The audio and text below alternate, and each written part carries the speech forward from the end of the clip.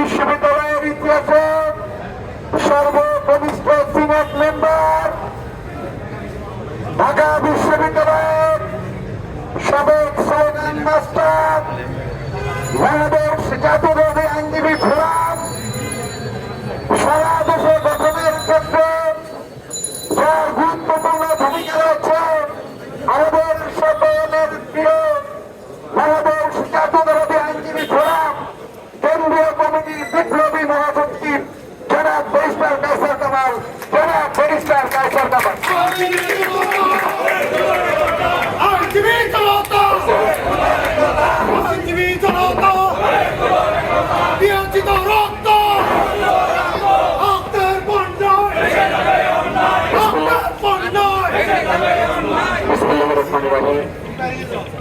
আজকের এই আইনজীবী বিক্ষোভের সম্মানিত সভাপতি, উপস্থিত রয়েছেন প্রধান অতিথি, জাতীয়তাবাদী আইনজীবী ফোরাম কেন্দ্রীয় কমিটির নেতৃবৃন্দ, সুপ্রিম কোর্টের বিভিন্ন পর্যায়ের নেতৃবৃন্দ, সমাবেত আইনজীবী ভাই বোনেরা, আসসালামু আলাইকুম।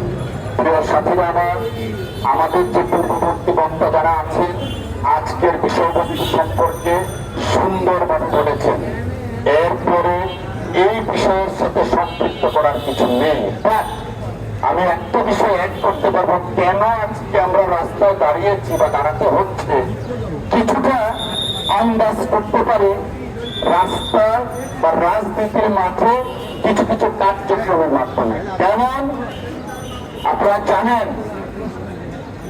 একটা দল নতুন ভাবে জন্ম নিয়েছে, বৈষম্য বিরোধী আন্দোলনে যারা নেতৃত্ব দিয়েছিলেন তারা জন্ম নিয়েছে। যখন তাদের জন্ম হয়েছিল, বাংলাদেশের প্রত্যেকটা মানুষ অনেক আশায় বুক বেঁধেছিল যে বাংলাদেশে হয়তো একটা নতুন ধরনের রাজনীতির সূচনা হবে, গঠনমূলক রাজনীতির সূচনা হবে এবং ন্যায়পরায়ণ ভিত্তিক রাজনীতির সূচনা হবে।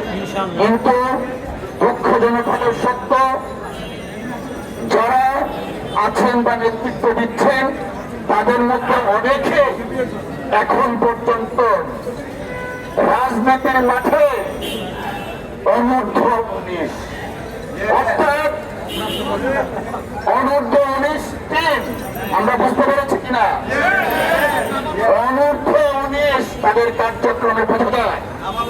এখন পর্যন্ত রাজনীতির যে দীক্ষা, রাজনীতির যে গাম্ভীর্য তাদের কথা আচরণে আসে না, যে কারণে মানুষ বলে আর আন্ডার 19। এর মধ্যে আবার শুনলাম মহামান্য সুপ্রিম কোর্টের একটা আদেশের ব্যাপারে কথা বলেছে। আমি ব্যাকগ্রাউন্ড দেখলাম ফেসবুকে, এক সময় নাকি ছাত্রলীগ করত, তখন আমার মনে পড়ে গেল যুবলীগের চেয়ারম্যান গেছিল শেখ ফজলুল মনি 1970 থেকে, কিন্তু আদালত অবমাননার মামলা তাকে হয়েছিল। তারপরে আবার তার ছেলে পতিত সৌভাগ্যের আরেকটা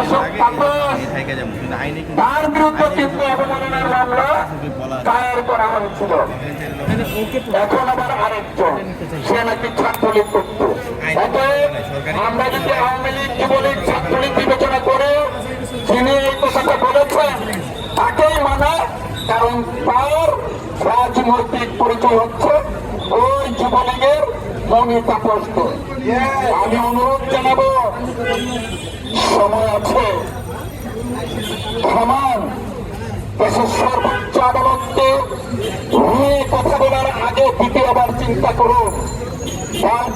কথা সব জায়গায় মানায় না। রাজনীতির মাঠে আন্ডার 19 হিসেবে অনেক ফাউল করেছেন, সুপ্রিম কোর্টের ক্ষেত্রে সতর্ক হবেন। প্রিয় বন্ধুরা আমার, উপদেষ্টা পরিষদ নিয়ে কথা বলতে চাই না। বাংলাদেশের মানুষ চায় একটা নির্বাচন। আমাদের দল থেকে বলে দেওয়া হয়েছে যথাশীঘ্র সম্ভব একটা নির্বাচন করার জন্য। আমরা যখন অনেক উপদেষ্টার, দু একজন উপদেষ্টার ইতিহাস দেখি, আমি তখন ব্যক্তিগতভাবে শঙ্কিত হই। কারণ এই বর্তমান উপদেষ্টা পরিষদের একজন উপদেষ্টা আছে 91 সালে সংসদ নির্বাচন করে 250টা ভোট পেয়েছিলেন, মাত্র 250টা ভোট পেয়েছিলেন। তিনিও কিন্তু এখন উপদেষ্টা। অতএব এই সমস্ত উপদেষ্টা মন্ডলী নির্বাচন কেন দেরিতে করতে চায় সহজে সমাজ বুঝে। একটা কথা বলতে চাই, দয়া করে তাড়াতাড়ি দেশে গণতন্ত্র আনুন এবং বাংলাদেশের মানুষের ভোটাধিকার পুনঃপ্রতিষ্ঠা করুন, নির্বাচনের তারিখ ঘোষণা করুন। সকলকে ধন্যবাদ। আল্লাহ হাফেজ। বাংলাদেশ জিন্দাবাদ। জাতীয়তাবাদী আইনজীবী ফোরাম জিন্দাবাদ। দেশের জিন্দাবাদ। শহীদ জিয়া মরহুম তারেক রহমান জিন্দাবাদ।